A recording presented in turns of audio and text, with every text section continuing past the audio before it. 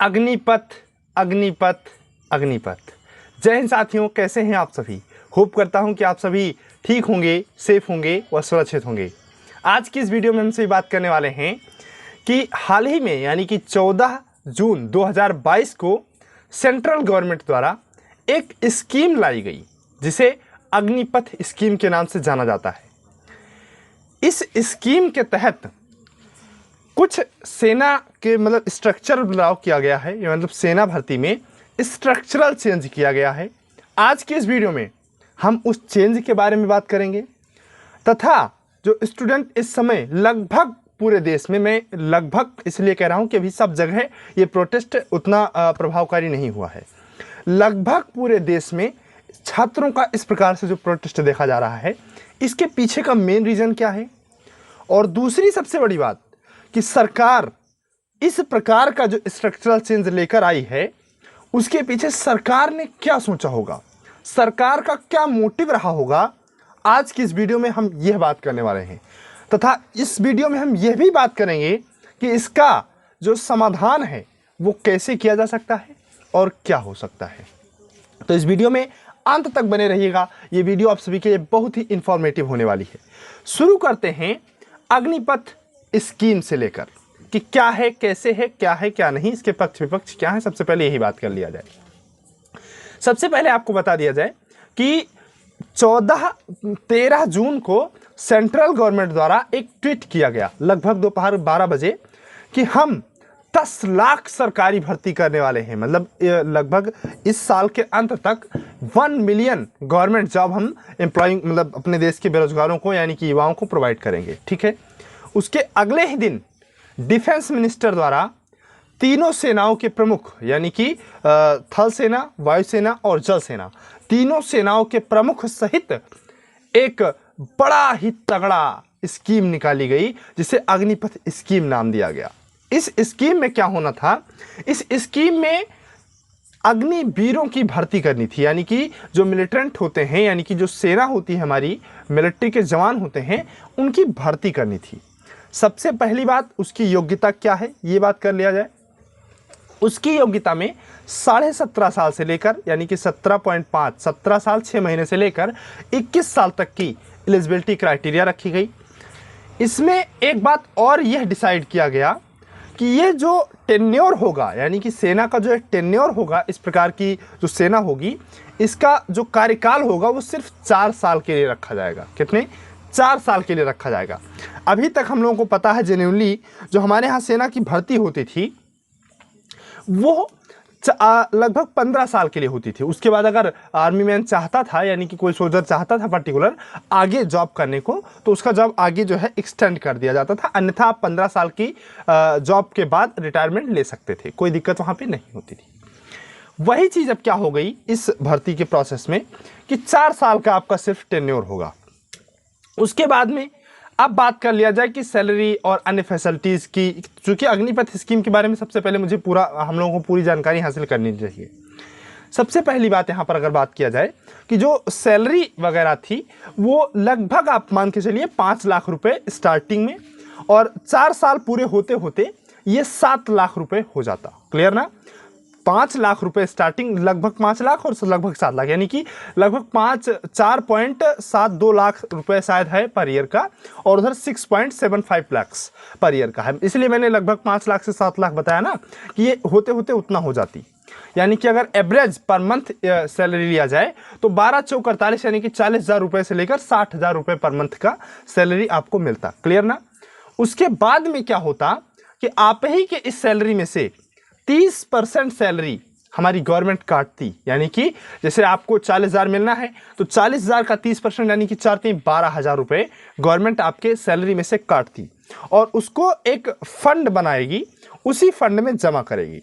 तो आपकी जो सैलरी 30% गवर्नमेंट काटेगी, अपनी तरफ से उतना ही पेमेंट, यानी कि 30% आपकी सैलरीज काटेगी और गवर्नमेंट अपनी तरफ से उतना ही पेमेंट आपके उस फंड में जमा करके, और आपको जब आप 4 साल बाद रिटायर होंगे तो 11.7 लाख रुपए, यानी कि इसको भी हम 12 लाख मान सकते हैं, 12 लाख रुपए जो है आपको रिटायरमेंट के वक्त दिया जाएगा। Is that clear now? उसके बाद अगर बात किया जाए कि किसी भी भाई सेना है तो यहाँ अनिश्चितताएं अनियमित हैं, ये डर तो लगा ही रहता है कि किसी प्रकार से कोई व्यक्ति फिजिकल हैंडीकैप हो जाए या वो शहीद हो जाए, मर्टियर हो जाए।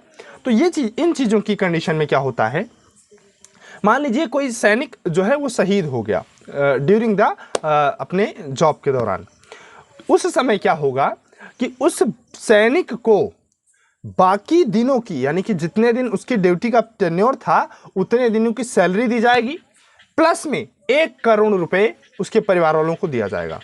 दूसरी कंडीशन की अगर बात किया जाए कि अगर एक सैनिक फिजिकल हैंडीकैप हो जाए किसी भी प्रकार से, उस कंडीशन में उसे, मतलब ये माइनर फिजिकल हैंडीकैप नहीं, मेजर फिजिकल हैंडीकैप हो जाए, उस कंडीशन में उसे बाकी दिनों की सैलरी प्लस 44 लाख यानी कि 44 लाख रुपए यहां पर उसके मतलब परिवारजनों को दिया जाएगा। क्लियर ना? अब सबसे बड़ा मुद्दा यहां पर, मैं उस बात को बाद में यहां डिस्कस करूंगा कि सरकार का ऐसी स्कीम लाने के पीछे क्या मोटिव रहा, क्यों आखिर हमारी गवर्नमेंट ने, क्या जो नियम कानून बनते हैं ऐसे ही बन जाते हैं, इसके पीछे का क्या सिस्टम होता है, क्यों आखिर सरकार ने ये भर्ती लाई, ये इस प्रकार का नियम लगाया, इसके बारे में लास्ट में बात करेंगे। सबसे पहले हम यही बात करेंगे कि आखिर जो इस समय इतना भयंकर प्रोटेस्ट हो रहा है ये किस बात पर हो रहा है, ये सबसे पहले हम बात करते हैं।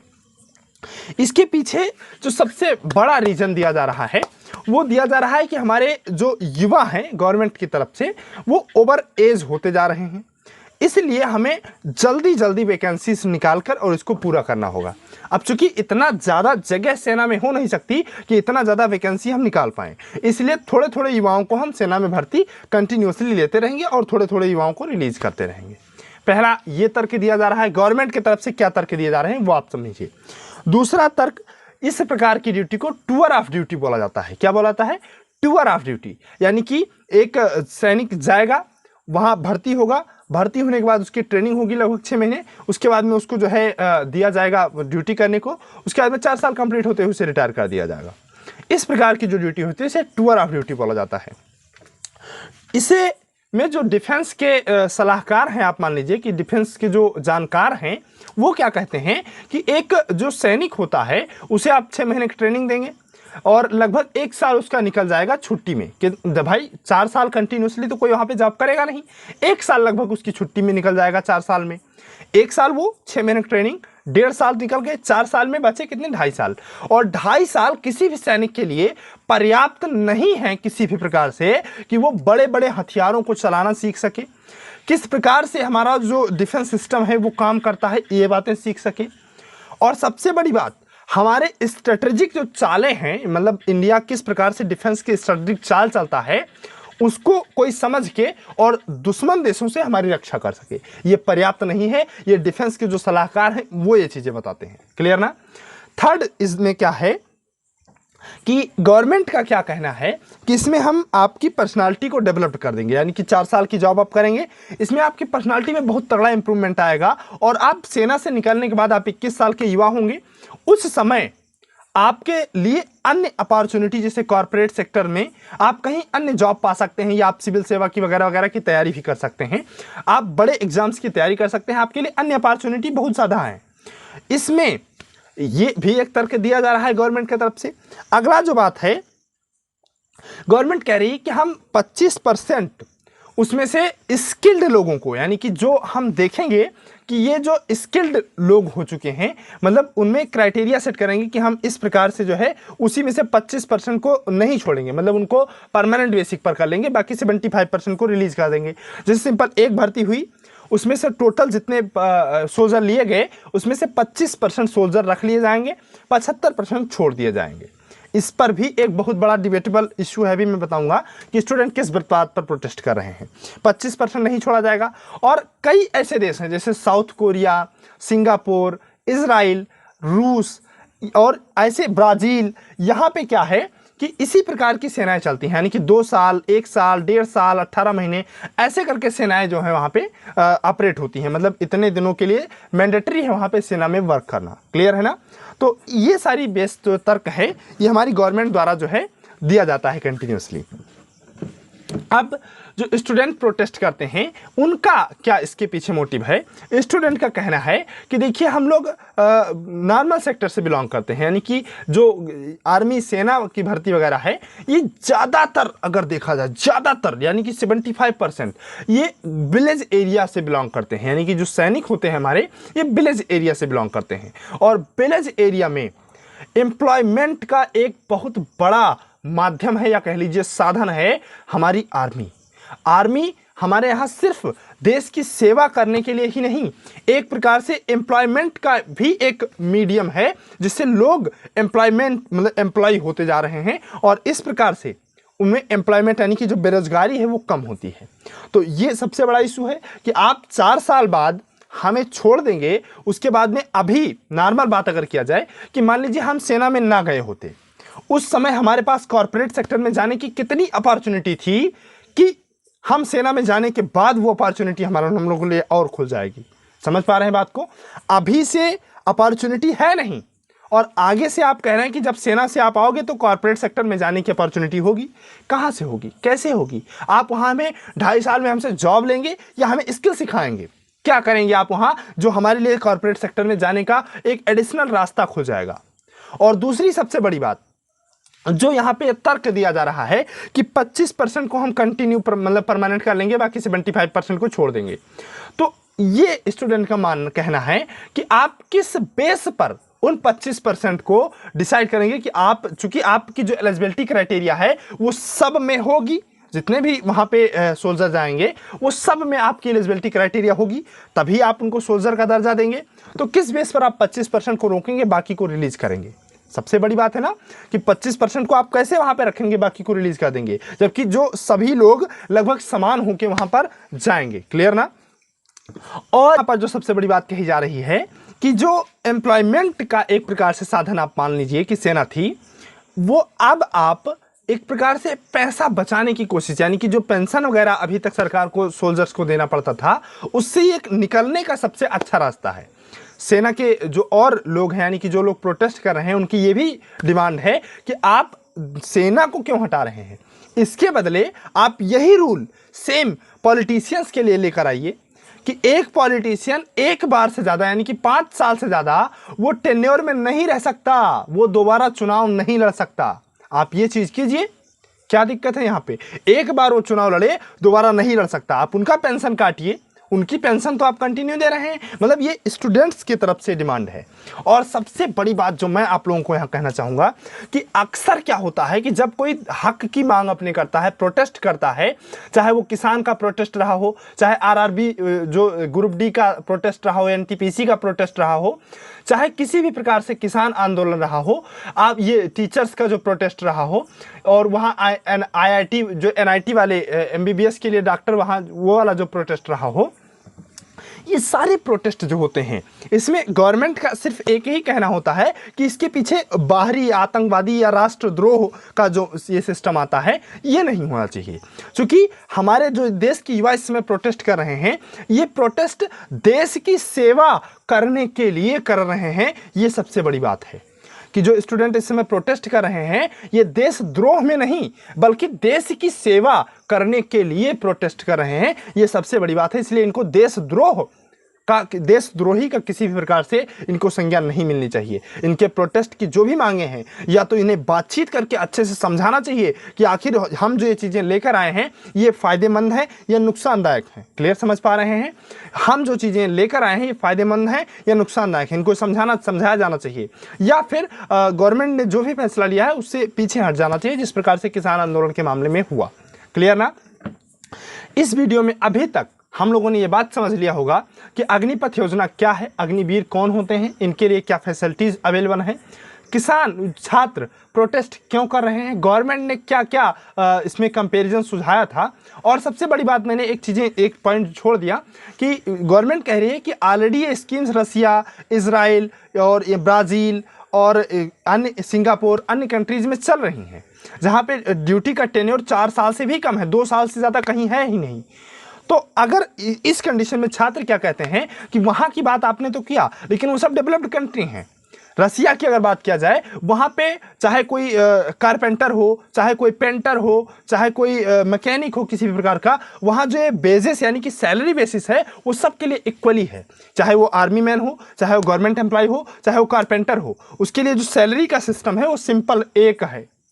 अगर एक कारपेंटर है तो भी उतना सैलरी, एक सोल्जर है तो भी उतना सैलरी, बस ये पद के हिसाब से जब प्रमोशन वाला होता है वो अलग होता चला जाता है। वहीं इजराइल की सेना यानी कि जनसंख्या कम होने के कारण वहां तो मैंडेटरी है कि सेना में एक आदमी को रहना पड़ेगा। तो वो सब डेवलप्ड कंट्री हैं, सिंगापुर वगैरह डेवलप्ड कंट्री हैं, उनके लिए कारपोरेट सेक्टर में अन्य फैसिलिटीज अवेलेबल हैं कि वहां से आते हैं कारपोरेट सेक्टर में चले जाते हैं। क्लियर ना? अब बात करते हैं, ये सारे तर्क हुए जिसके कारण छात्र प्रोटेस्ट कर रहे हैं, और ये सारे तर्क हुए जिसके कारण गवर्नमेंट ने ये नियम लेकर आए। अब बात करते हैं सिंपल, इसका इफेक्ट क्या होगा, इस यह जो रूल है इसका इफेक्ट क्या होगा। तो देखिए सिंपल अगर बात किया जाए तो ये जो रूरल बैकग्राउंड है, रूरल इकोनॉमी है, उस पर डायरेक्टली बहुत तगड़ा इफेक्ट डालेगा, क्योंकि हमारे रूरल बैकग्राउंड के ज़्यादातर लोग सेना में ही जाते थे। वहाँ अगर नहीं जाएंगे तो ये डायरेक्टली इकोनॉमी पर इफेक्ट पड़ेगा। दूसरी बात, एम्प्लॉयमेंट यानी कि बेरोजगारी, रोजगार पर बहुत तगड़ा इफेक्ट पड़ेगा। ज़्यादातर लोग 21 वर्ष की उम्र के बाद बेरोजगार घूमेंगे। और तीसरा सबसे बड़ा फैक्टर, नेशनल सिक्योरिटी, राष्ट्रीय सुरक्षा के मुद्दे पर यह सबसे ज़्यादा इफेक्ट डालेगा कि किस प्रकार से एक अकुशल सैनिक हमारे देश की सेवा करेगा।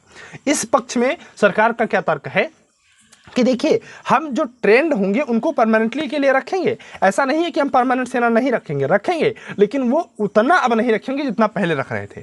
हम ये हर लोगों को ट्रेंड करके साथ में चलेंगे। अब हम सबसे पहले ये बात कर लेते हैं। देखिए सारी चीज़ें मैंने बता दी हैं कि क्या है अग्निपथ योजना, इसके पीछे जो प्रोटेस्ट हो रहा है इसके पीछे का क्या कारण है, गवर्नमेंट ने क्या स्कीम सुझाई, ये सारी चीज़ें हमने बताई। अब मैं बात करता हूं कि कोई भी स्कीम जब बनती है तो डायरेक्टली ऐसे नहीं बन जाती है, उसके पीछे बड़े बड़े आईएएस अधिकारी, जनरल सेक्रेटरी रैंक के सब लगे होते हैं, तब जाके कोई रूल बनता है। तो आप एक बात सोचिए कि बड़े बड़े आईएएस अधिकारी की जो लेवल ऑफ थिंकिंग होगी हम लोगों से कहीं ना कहीं अच्छी होगी ना, बिल्कुल सिंपल सी बात, अच्छी होगी, तभी वो आईएएस के इतने बड़े पोस्ट पर हैं। तो उन लोगों ने क्या सोचकर ये जो स्कीम है बनाया होगा, क्या इसमें नेताओं का ही सिर्फ हाथ है? ऐसा नहीं है। सिंपल सी बात, बड़ी माइनर बात है, आप लोगों को समझना बहुत ही ज़्यादा ज़रूरी है कि आज सरकार है भाजपा की, कल हो सकता है कि भाजपा गवर्नमेंट ना हो। मेरी बात को यहां से आप ध्यान से सुनिएगा, क्योंकि अभी तक के वीडियो में जो सबसे मेन मैटर है वो यही इतना है कि आज भाजपा की सरकार है, कल हो सकता है भाजपा की सरकार ना हो। उस कंडीशन में भाजपा ये पैसा बचाकर, सेना का जो सेना पैसा बच रहा है इस समय आप लोगों को भर्ती ना लेने से क्या करेगी? क्या भाजपा सरकार को वो पैसा मिलेगा कि किसी दूसरी सरकार को मिलेगा? एक बार इस तथ्य पर विचार कीजिए। अगर भाजपा की गवर्नमेंट ना होगी तब क्या होगा? इसीलिए आप लोग एक बात और विचार कीजिए कि तब लॉन्ग टर्म के लिए थोड़ा सा आगे बढ़ के आप सोचिए, 4-5 साल आगे बढ़ के सोचिए, उस समय भाजपा को यह रूल लगाने से क्या लाभ होगा? कुछ नहीं ना, कुछ नहीं होगा ना। तो आखिर यह रूल क्यों लगा?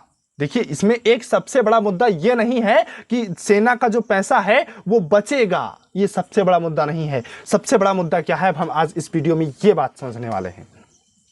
देखिए सिंपल सी बात, एक इसमें जो सबसे बड़ा मुद्दा है एम्प्लॉयमेंट किस प्रकार से बढ़ेगा इस योजना के तहत, यह आप लोग समझ लीजिए। गवर्नमेंट ने जब ये रूल बनाए उसके पीछे कितनी गहरी थिंकिंग होती है आप लोग समझिए। इस योजना के तहत आप लोगों को नॉर्मल तौर पर लग रहा होगा कि एम्प्लॉयमेंट कम होगा, लेकिन क्या होगा, एम्प्लॉयमेंट बढ़ेगा इस योजना के तहत। कारण जब आप 4 साल की नौकरी कर रहे होंगे उस समय, अगर आप, मैं नॉर्मल वाला लेके चलता हूं, 40,000 रुपये वाला लेके चलता हूं, जबकि मिलेगा क्या, 60,000 मिलेगा लास्ट में आते आते। 40,000 रुपये अगर पर व्यक्ति कोई पाता है, यानी कि 5 लाख रुपए पर ईयर पाता है, तो 500 के 4 साल में 20 लाख पाएगा। क्लियर ना? 5 साल में 20 लाख पाएगा और रिटायर के वक्त उसे 11.5 लाख रुपए एक्स्ट्रा, यानी कि 12 लाख रुपए एक्स्ट्रा। 32 लाख रुपए 4 साल में एक व्यक्ति अगर कमा के बाहर निकलेगा, ध्यान से सुनिएगा मेरी बात को, बहुत इंपॉर्टेंट बात मैं कह रहा हूं। 32 लाख ही नॉर्मल जो कम वाला है, अगर 60,000 के हिसाब से कैलकुलेट किया जाए तो 12 लगभग 7 और 7 चौक 28, 28 2 30, 10 40 लाख रुपए होते हैं, है ना। तो मैं 32 और 40 का दोनों एक मीडियम मान लूँ, 35 लाख रुपए मान लूँ। क्लियर, ठीक है। 35 लाख रुपए 4 साल में एक व्यक्ति कमा के बाहर निकलेगा। खासकर वो 12 लाख रुपए जो इकट्ठा हो पाएगा, बाकी पैसा मान लीजिए कंटिन्यू पाता गया, खर्च होता गया, लेकिन जो 12 लाख रुपए इकट्ठा हो पाएगा, इससे क्या होगा कि जो उसकी आने वाली जनरेशन है, आने वाली जो जनरेशन उसका वह एजुकेशन लेवल ऊंचा कर पाएगा। और सबसे बड़ी बात, एक बार जो इस योजना के तहत जॉब पा गया, दोबारा वो इस योजना के तहत एलिजिबल नहीं रह जाएगा। इसीलिए डाइवर्सिफाई हो जाएगा हमारा एम्प्लॉयमेंट। जैसे आप एक बार पा गए, आपके पास पैसा हो गया, दोबारा आप नहीं पाएंगे, दोबारा किसी दूसरे को अवसर मिलेगा। समझ पा रहे हैं बात को? इसीलिए डाइवर्सिफाई सिस्टम हो जाएगा, यानी कि किसी एक लोगों के पास जब 15-20 साल की सेना की जॉब होती थी, गवर्नमेंट जॉब होती थी, वो कंटिन्यूसली एक ही आदमी बड़ा होता चला जाता था, दूसरा नीचे होता चला जाता था। अब क्या होगा कि एक आदमी बड़ा होगा, साथ में दूसरा भी बड़ा होगा कुछ समय बाद। तो इसलिए उसकी जो आने वाली जनरेशन होगी वो अच्छी एजुकेशन पाएगी, अच्छा एजुकेशन सिस्टम उसको अच्छी जॉब आगे दिलवाएगा। और दूसरी बात, जब आदमी 10-12 लाख रुपए इकट्ठा लेकर आएगा तो जाहिर सी बात है, अगर वो ठीक ठाक आदमी है, कुछ पढ़ा लिखा है, तो आगे जॉब करने के लिए कुछ तो दूसरी जॉब है लेंगे, लेकिन कुछ इन पैसों को बिजनेस में यूज करेंगे। और अगर कोई अपना बिजनेस करके तो 4 लोगों को अपने जॉब पर लगा लेता है, तो ये भी एक प्रकार से एम्प्लॉयमेंट बढ़ोतरी ही हुई, है ना। और सबका साथ सबका विकास के पर्सपेक्टिव से ये योजना लाई गई कि एक बार सिर्फ एक ही लोगों को बड़ा ना बनाया जाए, सबको साथ लेके बड़ा बनाया जाए। समझ पा रहे हैं ना? इससे एम्प्लॉयमेंट किस प्रकार से बढ़ेगा ये भी आप लोग समझ पा रहे हैं। दूसरी बात, इससे डेवलपमेंट होगा। किस प्रकार से डेवलपमेंट होगा भाई? एक आदमी, जैसे सिंपल सी बात, एक आदमी 12 लाख रुपए लेकर निकला, वो अपना घर अच्छा करेगा, अपना परिवार अच्छा करेगा, फैक्ट्री लगाएगा, दूसरा भी ऐसा ही करेगा, तो एक गांव का, एक विलेज का, एक शहर का एक प्रकार से डेवलपमेंट ही होगा। चाहे इंफ्रास्ट्रक्चर डेवलपमेंट ले लीजिए, चाहे फैक्ट्री डेवलपमेंट, चाहे एम्प्लॉयमेंट, ये सारी चीजें अच्छी होंगी। एक बार आप लेवल ऑफ थिंकिंग इस योजना से सोचिए कि ये सारी चीजें अच्छी होंगी। और इस सिस्टम में क्या होता था, जब एक ही व्यक्ति को कंटिन्यूअसली जॉब मिली होती थी, तो इस सिस्टम में क्या होता था कि सिर्फ एक ही व्यक्ति का ग्रोथ होता था, बाकी नहीं। अब क्या होगा कि सबका ग्रोथ होगा। अगली बात, यहां पर कारपोरेट सेक्टर में जबरदस्त वृद्धि मिलेगी, यानी कि जितने लोग फैक्ट्री डालेंगे, हो सकती है उनकी फैक्ट्री और बड़ी होती चली जाए, इसलिए ज्यादातर वृद्धि देखने को मिलेगी हमारे कॉर्पोरेट सेक्टर में। वृद्धि एक प्रकार से देखने को मिलेगी हमारे कॉर्पोरेट सेक्टर में। इससे हमारे देश की जीडीपी में ग्रोथ आएगी, बिल्कुल फिक्स है, ग्रोथ आएगी ही आएगी। अगली बात अगर कहा जाए कि हमारे देश के लगभग हर युवा इमरजेंसी आर्मी के लिए रेडी होंगे। जैसे आपने रूस और यूक्रेन के बीच होते युद्ध में इमरजेंसी आर्मी की बहुत भूमिका देखी, जहां पर देश के युवा लोग वहां पर बंदूक लेके, वृद्ध लोग बंदूक लेके खड़े होते थे कि हम अपने देश की रक्षा करेंगे। तो अपने देश में क्या होगा कि ट्रेनिंग पा जाएंगे, और ट्रेनिंग पाने के बाद इमरजेंसी आर्मी की अगर कभी भी जरूरत पड़ी तो हमारे देश के युवा आर्मी की ट्रेनिंग पाए हुए व्यक्ति बन के खड़े रहे होंगे, हमारे देश की मदद करेंगे। तो ये अगर किसी योजना के पीछे कुछ ड्रॉबैक्स हैं, तो लॉन्ग टर्म में अगर देखा जाए तो ये योजना बहुत ही अच्छी स्कीम है। हमारे गवर्नमेंट ने बहुत ही अच्छी स्कीम इसको निकाला। अब आप किस पर्सपेक्टिव से इस योजना को देखते हैं वो आपका नजरिया हो सकता है, लेकिन मेरे नज़र में ये अच्छी स्कीम है, इसमें कोई दो राय नहीं है। ये आप लोग सोचिएगा, एक बार इस पर विचार विमर्श कीजिएगा। वैसे फिलहाल के लिए अगर बात किया जाए, अगर आप लोगों को ये वीडियो पसंद आया होगा तो ज़रूर से कुछ अपना कमेंट या प्रतिक्रिया अपने इस कमेंट में दीजिएगा। नहीं पसंद आया होगा तो बताइएगा कि कहाँ क्या त्रुटि हुई, उसको मैं ज़रूर सुधार करने की कोशिश करूँगा। तो आशा करता हूँ आप सभी को इस वीडियो में जितनी भी इन्फॉर्मेशन मैंने देने की कोशिश की आप सभी को पसंद आई होगी। मिलते हैं किसी नेक्स्ट वीडियो में ऐसे इंटरेस्टिंग टॉपिक को लेकर, तब तक के लिए आप सभी को जय हिंद।